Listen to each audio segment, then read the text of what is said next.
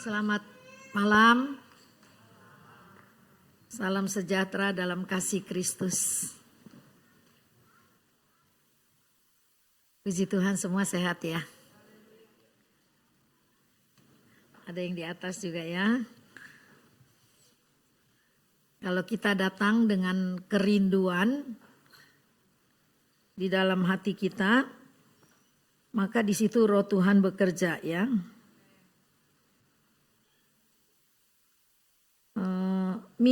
Dua minggu yang lalu,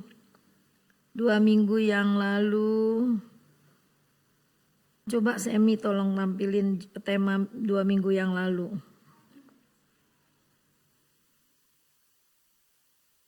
Nah, temanya apa ya kemarin ya? Pernikahan. Bentar ya.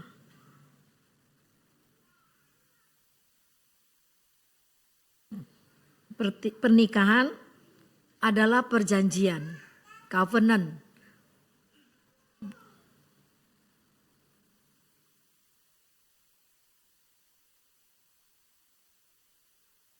Pernikahan adalah perjanjian.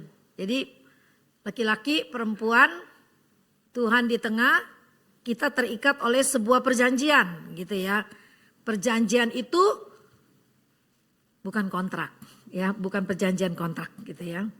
Jadi pernikahan adalah perjanjian bukan kontrak. Jadi kita diikat oleh sebuah perjanjian dan perjanjian itulah yang melindungi kita, yang melindungi pernikahan kita, yang menguatkan pernikahan kita karena perjanjian itu dengan Tuhan ya. Kemarin saya ulangin sedikit 2 minggu yang lalu mengambil ayat di Malaiki 2 ayat 16. 3 perjanjian pernikahan di dalam Malaiki 2 ayat 16 itu, yang satu adalah tanpa perceraian. Itu dalam satu ayat ada 3 hal yang dijelaskan di situ. Tanpa perceraian yang pertama, yang kedua tanpa kekerasan, yang ketiga tanpa pengkhianatan. Ya. Jadi perjanjian pernikahan itu yang melindungi pernikahan kita itu, kita diikat oleh kasih Tuhan, kita diikat oleh hukum-hukumnya Tuhan. Dan melalui Malaiki 2 ayat 16 itu, bangsa Israel udah mulai keluar dari jalur firman Allah ya. Bangsa Israel udah mulai melupakan janji-janjinya. Maka di dalam Malaiki 2 ayat 16 A, B dan C itu, di situ kita bisa tarik kesimpulan tanpa perceraian, pernikahan yang diikat dalam perjanjian itu tidak ada kekerasan dalam rumah tangga dan tidak ada pengkhianatan ya. Tidak ada pengkhianatan. Sekarang hari ini temanya adalah Allah menilai segalanya melalui keluarga. Allah menilai segalanya hidup kita melalui keluarga. Kita baca dulu ayatnya, Matius 24 ayat 12. Matius 24 ayat 12.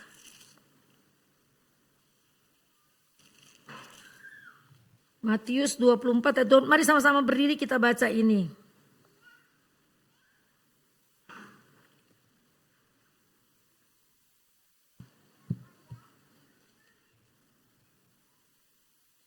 Ada gambarnya bagus ya. 1, 2, 3. Dan karena makin bertambahnya kedurhakaan, maka kasih kebanyakan orang menjadi dingin. Sekali lagi.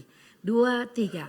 Dan karena makin bertambahnya kedurhakaan, maka kasih kebanyakan orang akan menjadi dingin. Silakan duduk. 2 minggu yang lalu saya ada tampilkan video video-video yang bagaimana pernikahan sejenis sudah dilegalkan di Thailand ya. Dia mah nggak dilegalkan juga di Thailand, semua udah bebas gitu mereka ya. Kita kalau ngelihat ih cantik sekali, seksi, ngatanya laki-laki gitu ya. Ketika dia ngomong wow gitu suaranya nggak berubah. Tubuhnya berubah gitu ya. Pernah di hotel si Marcel pesen telur nih gitu ya di Bangkok tuh ya. Omelet, mau pesen omelet. Cakep ceweknya, kecil mungil gitu ya. Tapi ketika dia jawab ya, how many you want katanya. Mau berapa katanya. Wih suaranya laki-laki gitu ya. Nah itu. Tapi kemarin beberapa bulan yang lalu itu dilegalkan. Artinya menjadi suatu hal yang biasa. Kenapa saya tampilkan beberapa yang dimana istri Presiden Prancis juga dikatakan transgender gitu kan. Ada banyak lagi orang-orang yang kehidupan dunia ini yang udah menyimpang daripada firman Tuhan. Kenapa kemarin itu saya terus data-data tentang perceraian saya keluarin bahwa orang tidak lagi menghargai pernikahan. Nah, kalau saya bikin tema malam ini Allah menilai segalanya melalui keluarga, iblis tahu. Lembaga yang pertama dibentuk adalah lembaga keluarga. Ketika Taman Eden udah jadi, semua ciptaan jadi, semua disediakan oleh Tuhan. Lembaga yang pertama dibentuk adalah lembaga pernikahan. Iblis tahu. Allah punya rencana yang besar dengan pernikahan antara laki-laki dan perempuan. Sampai nanti di kitab Wahyu pun itu masih bicara keluarga loh. Jadi betapa sempurnanya firman Tuhan walaupun ribuan tahun yang lalu ditulis. Tapi firman itu tidak pernah berubah dan dia relevan sampai kepada hari ini. Makanya kalau ada orang bertanya sama saya, Tante Nila, itu kalau dia lelaki tapi kayak perempuan, siapa yang salah? Terus ada yang jawab, ya pasti ya Tuhan ciptain dia kayak begitu. Enggak loh. Di kitab Kejadian 1, ketika manusia diciptakan, dia ciptakan laki-laki. Lalu ketika dilihat laki-laki itu sendirian, Tuhan lihat itu enggak baik. Lelaki itu sendirian. Maka diciptakanlah Hawa dari tulang rusuk supaya ada teman laki-laki ini. Nah, ketika Hawa terbentuk, Adam punya teman Hawa, dikatakan dialah teman yang sepadan, pasangan yang sepadan. Itulah pernikahan yang pertama yang diberkati oleh Tuhan. Jelas? Laki-laki dan perempuan, Adam dan Eva. Adam dan Hawa. Kenapa jadi si Eva? Untung bukan Adam dan Joshua gitu ya. Ini Adam dan Hawa. Jelas itu laki-laki dan perempuan.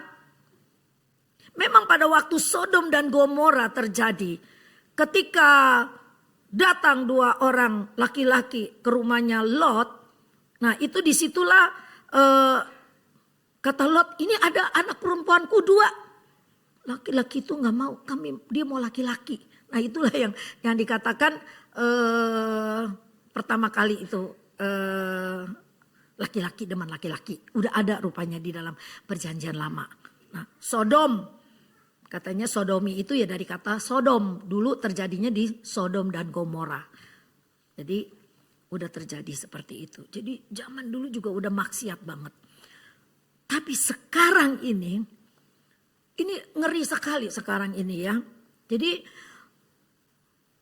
gereja juga susah loh. Nanti kalau tiba-tiba ada datang pasangan transgender. Kayak di Thailand atau di negara-negara Amerika bagian-bagian tertentu udah melegalkan. Jerman sudah melegalkan. Ada 38 negara sudah melegalkan pernikahan sejenis. Kalau kita menolak gereja kita bisa ditutup. Karena mereka legal. Ada undang-undangnya. Nah ini sekarang pergumulan hamba-hamba Tuhan yang seperti itu.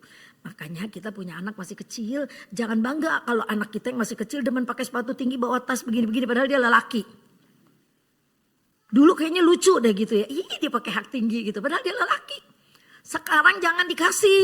Nanti dia kebawa tuh flamboyannya, lemah gemulainya sampai gede yang nangis kita nanti. Nah, perceraian sampai dibilang pakai drive-thru kayak kita beli McD. Hanya beberapa menit aja udah bercerai kita itu. Mau kawin juga bisa drive-thru begitu. Begitu cepat, instan, semua dibikin jadi instan. Nah, ini pekerjaan iblis. Karena iblis tahu agenda besar Allah adalah keluarga. Karena keluarga yang kudus, keluarga yang harmonis, itulah gambaran pernikahan antara Kristus dengan gerejanya. Maka iblis mau hancurkan itu. Jadi kalau rumah tangga kita ada gonjrang-ganjring, ya, terus perang Iran-Irak, segera berdamai. Jangan langsung keluarin bom nuklir. Apa bom nuklirnya? Udah kita cerai. Gak boleh anak Tuhan, gak boleh cerai. Si no cerai anak Tuhan. Kasih contoh di gereja siapa yang bercerai. Jangan, kita yang ngerti firman Tuhan jangan. Kita bertahan di atas kebenaran firman Tuhan. Seperti tadi lagu ya. Ada pelangi sehabis hujan. Pasti ada pengharapan. Banyak orang curhat kepada saya. Makanya kemarin kan saya sisipin. Kita mau curhat, jangan curhat dengan suami orang nih kalau yang perempuan nih, saya nih. Yang laki-laki kalau mau curhat jangan curhat dengan istri orang. Jadi istri siapa dong gitu kan. Suami siapa dong. Kepada ketuanya. Supaya nanti saya bisa bawa dalam doa. Terus bagaimana kalau bisa dipertemukan. Kalau gak bisa ya apa boleh buat gitu loh ya. Tapi saya akan berusaha untuk itu. Untuk apa menjaga keharmonisan kita. Jangan sampai terjadi gosip yang digosok makin sip. Jangan. Itu untuk menghindari hal yang seperti itu. Karena dari hal-hal yang kecil itu nanti iblis masuk kita memberi celak kepada Tuhan. Saya duduk sambil nyanyi. Aduh bahaya banget kalau ada celak. Saya aja kalau duduk mau khotbah ada pikiran yang mengganggu pikiran saya. Sepanjang jalan saya udah berdoa. Dalam nama Yesus. Saya tutup rasa kecewa, dalam nama Yesus saya tutup pikiran-pikiran negatif. Karena ketika saya biarkan itu berkembang di pikiran saya udah memberi celah itu untuk iblis masuk. Nah begitu juga di dalam rumah tangga kita ya. Ayat yang kita baca dibilang begini, makin bertambah dosa, kasih menjadi dingin. Kasih menjadi dingin. Kalau menjadi dingin tuh bagaimana? Makanya nih nanti seru nih. Nanti ada beberapa, ada masa-masa, ada 5 masa di mana nanti di waktu kita bertahan dalam sebuah pernikahan yang kudus, itu pasti ada masa-masa yang akan kita lalui. Masa bulan madu, masa biasa saja, masa tawar, masa tahun-tahun empedu, masa-masa hancur-hancuran. Mungkin Anda belum sampai tahap situ, tapi kalau orang yang udah tua mungkin udah mulai sampai tahap itu. Ada juga kalau yang tidak ada pengertian baru tahun ketiga aja udah masuk ke masa hancur-hancuran. Karena enggak kuat firmannya di dalam hatinya. Tidak berakar. Firman yang didengar tidak berakar, maka kita seringkali cepat ambil keputusan. Saya juga dulu pernah cepat ambil keputusan. Tapi karena saya terjun dalam pelayanan, firman mengingatkan saya, jangan. Akhirnya saya bilang, iya Tuhan saya berdosa gitu kan. Jadi kalau kita simpan firman, kita bisa aja emosi tidak terkendali.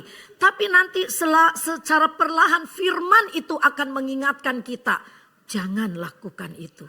Itu suara Roh Kudus akan berbicara, jangan lakukan itu. Nah ketika kita takut sama Tuhan, disitulah kita akhirnya nanti dapat menang. Kita takut sama Tuhan, iya benar Tuhan, aku gak mau diperalat oleh iblis.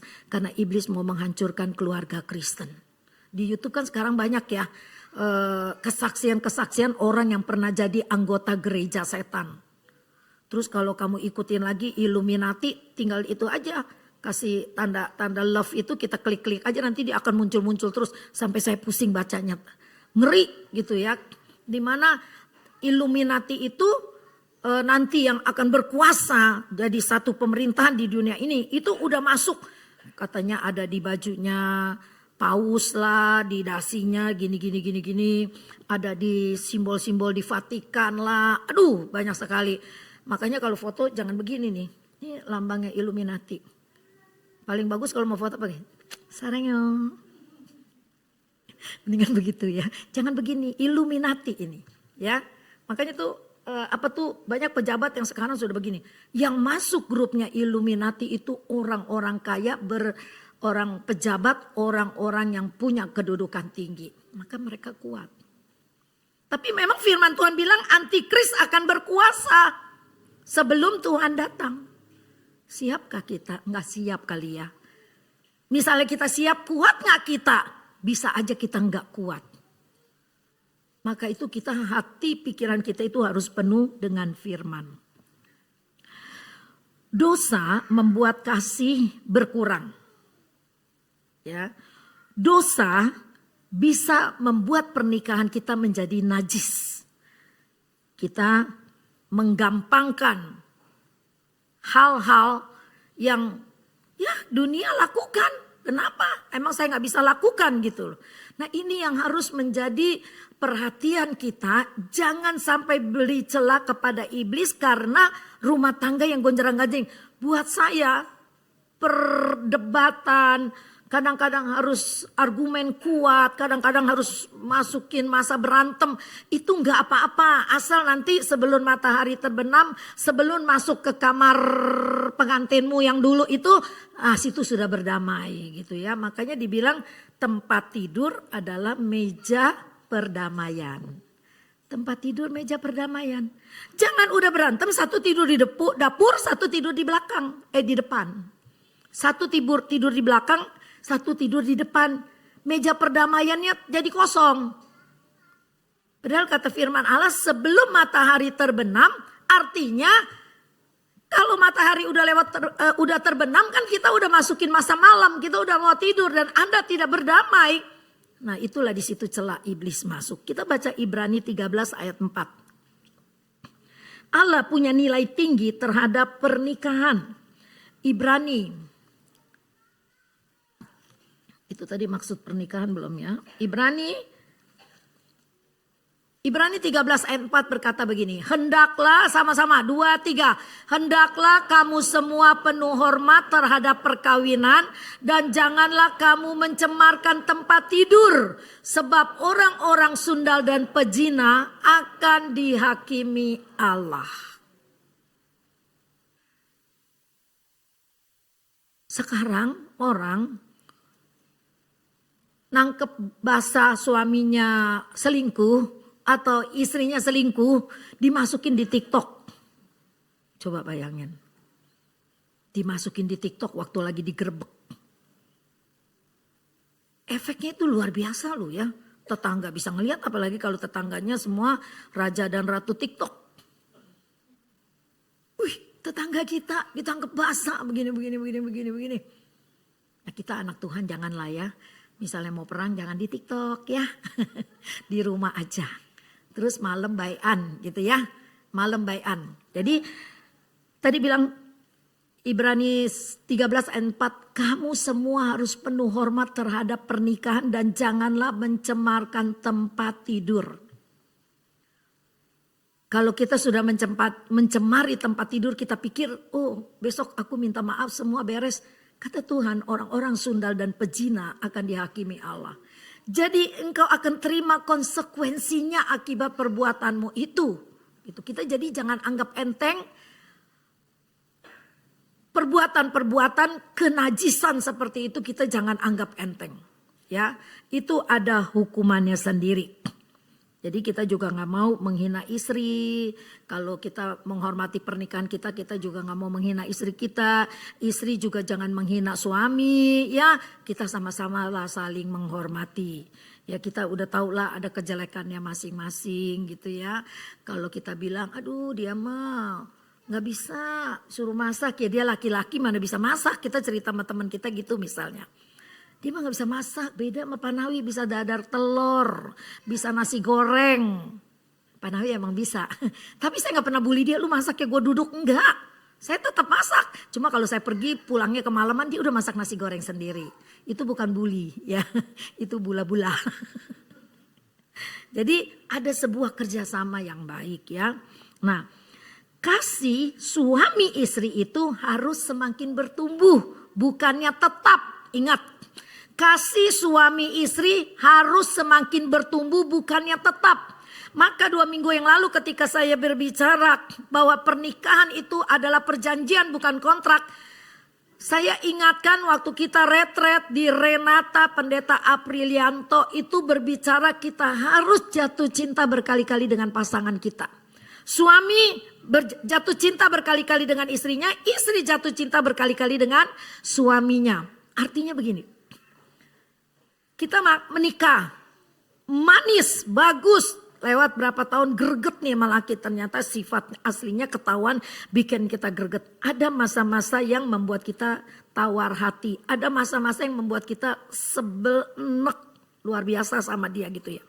Tapi dengan pertolongan Tuhan kita berdoa. 2 tahun kemudian dia berubah, kita jatuh cinta lagi sama dia. Nah ini jatuh cintanya udah berbeda nih. Kalau dulu cintanya eros, nafsu, cinta anak muda, gue cinta lu cinta gue cinta lu gitu. Nah sekarang setelah masukin masa pernikahan, melewati badai, angin puting beliung, topan, semua itu cintanya berubah. Maka bisa nyanyi lagu gini, ku kasih kau dengan kasih Tuhan, amin. Dulu ku kasih kau dengan kasih eros. Eros tuh artinya, aduh gue ingin memiliki lu sekali. Tapi dia pernah nyakitin kamu dan kamu mengampuni. Ku kasihi kau dengan kasih Tuhan. Ini jatuh cinta lagi dengan suami kita. Nah itu pernah terjadi pada saya. Saya jatuh cinta lagi tapi ku kasih kau dengan kasih Tuhan. Lebih indah kan kasih kita bisa stop. Lu nyakitin gua gak bisa maafin. Lubangnya gak bisa ketutup. Lubang luka batin itu terbuka terus. Tapi ketika aku berkata ku kasih kau dengan kasih Tuhan. Itu lubang tertutup oleh kasih Tuhan. Kita mengampuni walaupun dia pernah menyakiti. Nah, dibilang cinta itu harus bertumbuh. Bukan tetap. Artinya ada pengalaman-pengalaman yang membuat kita mengerti dia.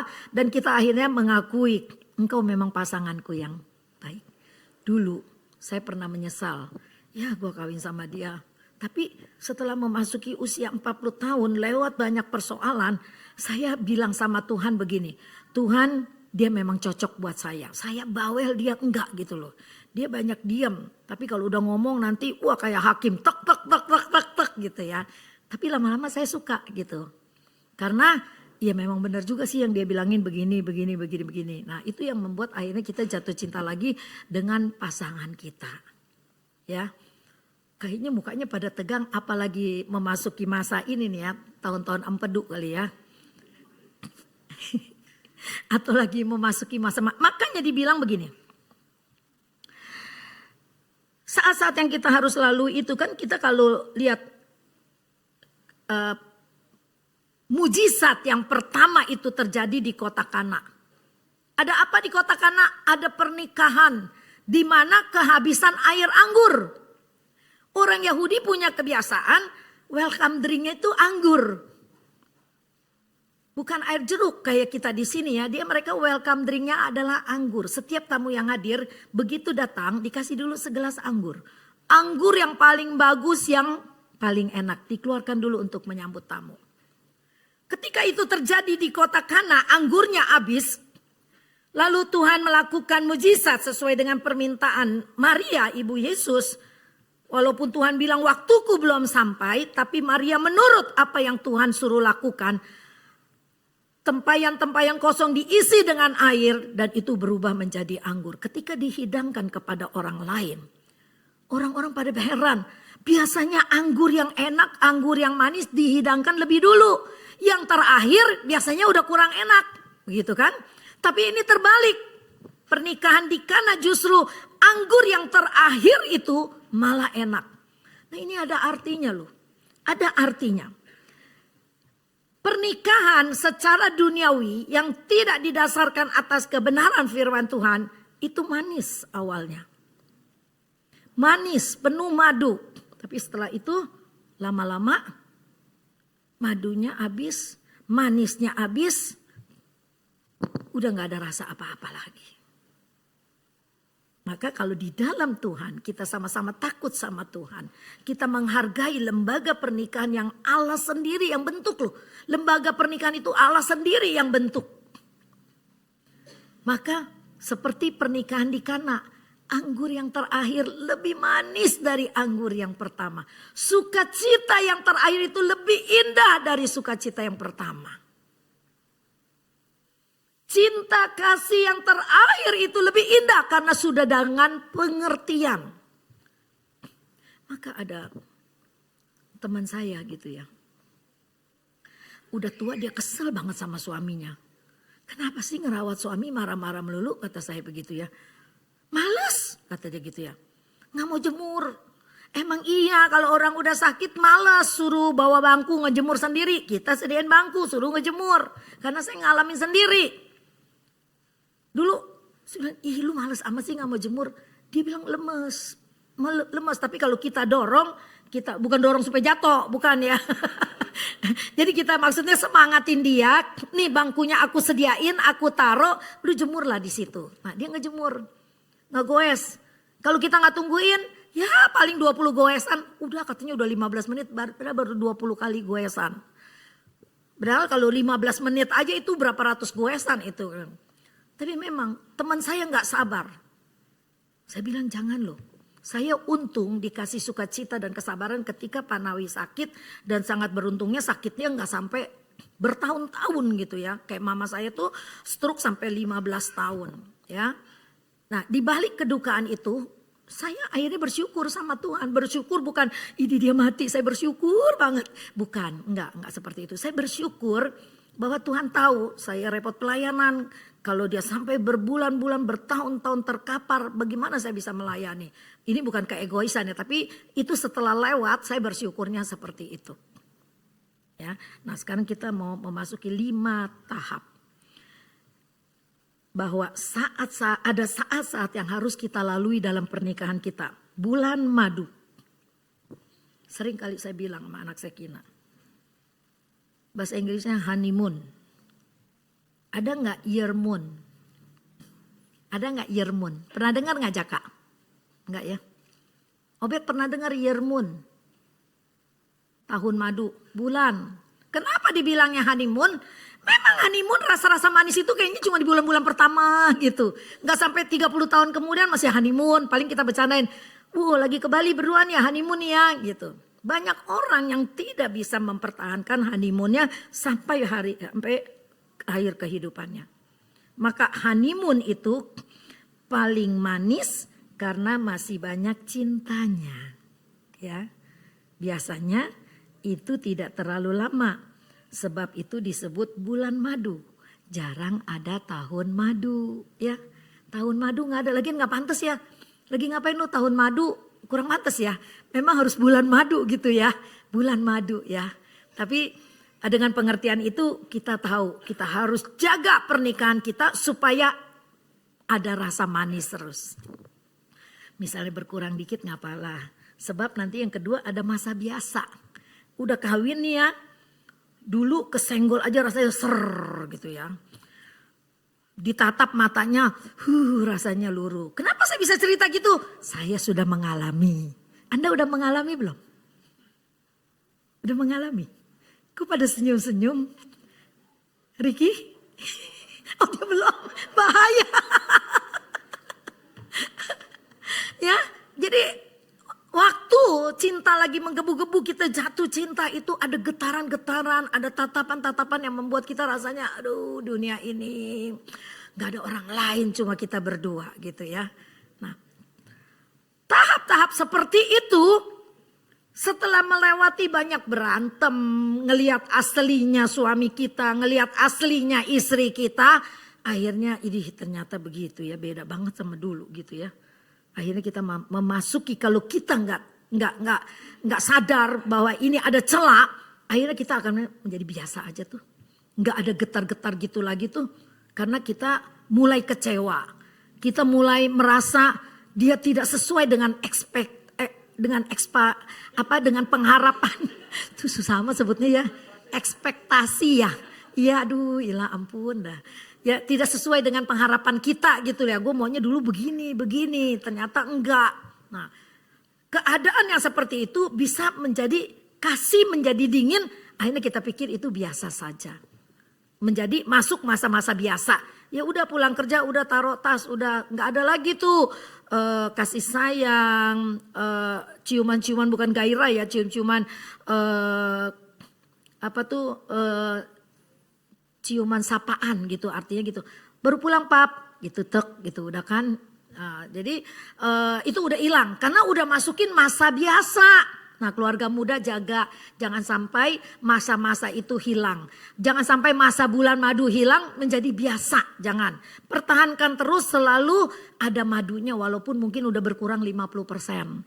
Tadi madunya yang paling mahal sekarang aduh kayaknya madunya jadi madu hitam nih pahit nih. Ya, nah jaga terus ya. Lalu yang ketiga masa tawar. Nah masa tawar ini lebih parah daripada masa biasa.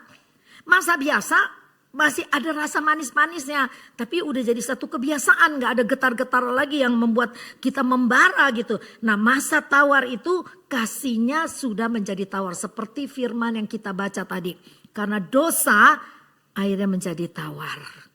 Kayaknya orang lain. Kayaknya yang di kantor lebih wangi.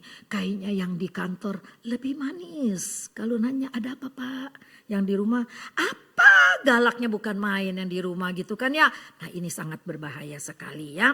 Dan masa-masa ini mudah sekali suami istri jatuh di dalam godaan. Artinya tergoda.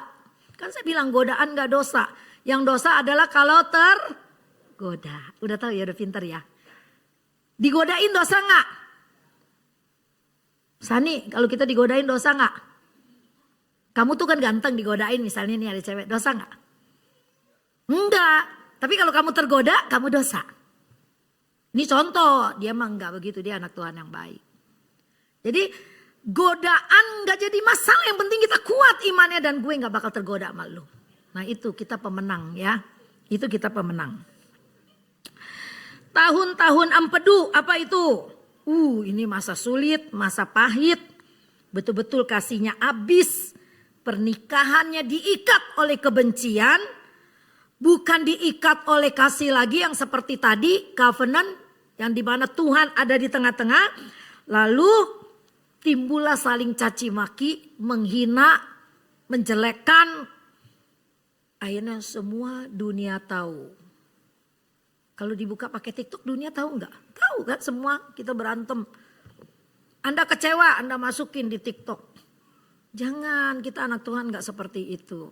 Karena setiap ada kesalahan pasti bisa diperbaiki. Setiap ada perbedaan pendapat pasti bisa diselaraskan lagi dengan firman Tuhan. Ya. Terus yang kelima, masa hancur. Duh sedih ya. Masa hancur. Akhirnya hancur kalau tidak ada kata saling. Saling memaafkan.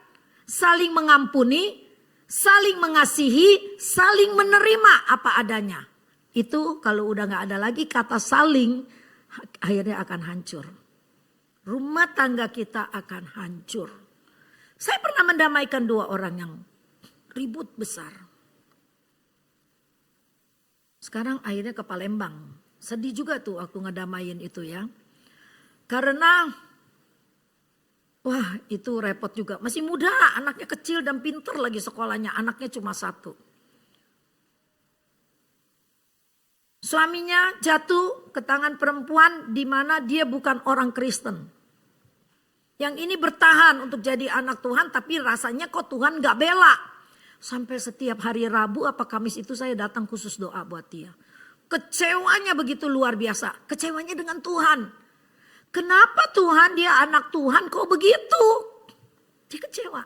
Kata saya dia memang anak Tuhan. Tapi mungkin bukan anak Tuhan yang sungguh-sungguh. Kalau anak Tuhan yang sungguh-sungguh dia tidak akan beralih hatinya. Terus ikutin yang tidak seiman dengan dia. Berarti dia cuma orang Kristen bukan anak Tuhan. Kalau anak Tuhan dia ngerti firman. Ini istrinya kecewa luar biasa sama Tuhan. Akhirnya dua-dua gak bisa dimaafkan. nggak mau saling memaafkan. Malah saya mau pertemukan berdua, nggak mau. Yang satu di mana, tapi yang ceweknya ini selalu mau. Dia selalu mau supaya Tuhan tolong demi anaknya. Anaknya perempuan dan cantik, pintar banget sekolahnya.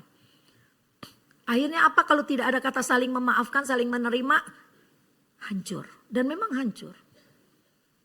Bercerai. Sedih banget. Ya. Jadi ingat, Allah punya nilai tinggi dalam keluarga. Ya. Dia memulai dunia ini melalui satu keluarga, Adam dan Hawa. Mujizat yang pertama Allah buat di dalam keluarga. Dan keluarga itu lambang pernikahan Kristus dengan gerejanya. Jadi pernikahan kita, kalau Ibrani katakan hormatilah pernikahan, itu karena kita menjadi lambang pernikahan Kristus dengan gerejanya, makanya harus kudus. Kekudusan dalam pernikahan itulah yang dinilai tinggi oleh Allah bahwa kita nanti layak jadi mempelainya Kristus. Yang pertama coba Semi. Kenapa maksud pernikahan itu? Yang maksud pernikahan nih ya. Kenapa ada pernikahan? Maksud dari pernikahan itu apa? Dalam Kejadian 1, 2 ayat 18 dikatakan supaya jadi lebih baik. Ketika Tuhan lihat Adam sendirian, Adam bilang gak baik kalau sendirian. Maka diciptakanlah Hawa supaya jadi lebih baik. Di dalam Matius 19 ayat 5 ini yang selalu digunakan dalam pemberkatan pernikahan. Laki-laki dan perempuan, ini jelas sekali. Laki-laki dan perempuan menjadi satu. Makanya dibilangnya kalau matematika perjanjian baru 1 tambah 1, 1 bukan 2 ya. Jadi 2 menjadi 1 ya. 1 roh, 1 baptisan, 1 iman, 1 agenda ya. Jadi semua menjadi 1. Lalu Pengkhotbah 4 ayat 12 katakan gini. Tali 1 lembar bagus, 2 lembar dia kuat, tapi tali 3 lembar tidak mudah diputuskan ya. Kalau Yesus ada yang menjadi covenant pernikahan kita, maka pernikahan kita gak mudah dihancurkan oleh iblis. Dia seperti tali 3 lembar yang tidak mudah diputuskan. Amsal 18 ayat 22 dikatakan, siapa mendapat istri mendapat sesuatu yang baik dan ia dikenan Tuhan. Terus ada lagi satu ayat yang bilang bagaimana Semi? Yang ada dalam bahasa Inggrisnya, kekirim gak ya?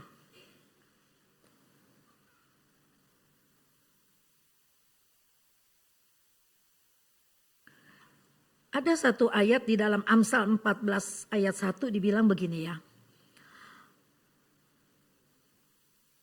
Amsal 14:1, perempuan yang bijak mendirikan rumahnya, tetapi yang bodoh meruntuhkannya dengan tangannya sendiri. Tapi ketika dibandingkan dengan bahasa Inggris, artinya lebih bagus lagi nih ya. A woman who has no fear of God, who is willful and wasteful, and indulges her is will certainly ruin her family. Ruin itu hancur gitu ya. Nah, seorang wanita yang tidak takut kepada Tuhan, yang keras kepala dan boros, dan menuruti hawa nafsunya, sudah pasti akan menghancurkan keluarganya, sama seperti ia merobohkan rumahnya. Ini malam nasihatnya buat perempuan, nanti lain kali untuk laki-laki. Jadi jangan berbangga dulu ya. Cuma perempuan doang loh gitu ya. Perempuan yang suka menghancurkan rumah tangga ya. Ya, jadi kalau di sini diperingatkan bahwa wanita yang tidak takut, kita istri yang tidak takut kepada Tuhan, yang keras kepala itu gak mau dinasehatin, dibilangin gak mau dengar, so tahu, so pinter. Apalagi yang boros, kehabisin gaji suami, sampai minggu ketiga aja udah gak ada sisa. Dan menuruti hawa nafsunya, sudah pasti akan menghancurkan keluarganya. Sama seperti ia merobohkan rumahnya. Jadi kita jadi istri bijak-bijaklah mengelola gajinya suami ya. Kalau dipercaya, sebab ada orang yang gak dipercaya ya, ada. Teman saya sampai stres karena suaminya nggak pernah kasih dia duit gajinya. Dia digaji gitu. Kata saya digaji juga nggak apa, gajinya gede gitu kan ya. Ternyata dia stres sampai waktu hamil masuk rumah sakit karena apa? Nangis melulu. Biasanya dari mamanya megang duit banyak, ini malaki mesti tulis cabai berapa duit, terasi berapa duit, beli toge berapa, beli beras berapa liter gitu. Dia stres, nggak pernah begitu dalam hidupnya. Ketika kawin suaminya backgroundnya bagaimana? Suaminya backgroundnya susah banget hidupnya dan dia harus disekolahkan oleh kukunya gitu, adik bapaknya, adik mamanya gitu. Jadi ketika dia lulus jadi sarjana, dia betul-betul menjadi orang yang pelit karena dia udah ngerasain hidup susah luar biasa pada waktu itu. Jadi kalau ada satu keluarga, rumah tangga, laki kita begini-begini, coba pelajari masa lalunya, background keluarganya. Mungkin di keluarga dia dididik secara bagaimana. Ketika menikah istri biasa pegang duit banyak gak bisa terima. Nah kalau kita pelajarin backgroundnya masing-masing. Suamiku latar belakangnya begini, istriku latar belakangnya begini. Akhirnya kita bisa terima dia. Oh iya benar. Masuk pelan-pelan saling menasehati. Makanya kata saling itu sangat berkuasa. Ya, saling menasehati, saling menerima dan saling mau mengampuni dan memaafkan. Itu bikin rumah tangga kita jadi utuh. Amin, puji Tuhan, firman Tuhan tidak saya sampaikan sampai di sini saja.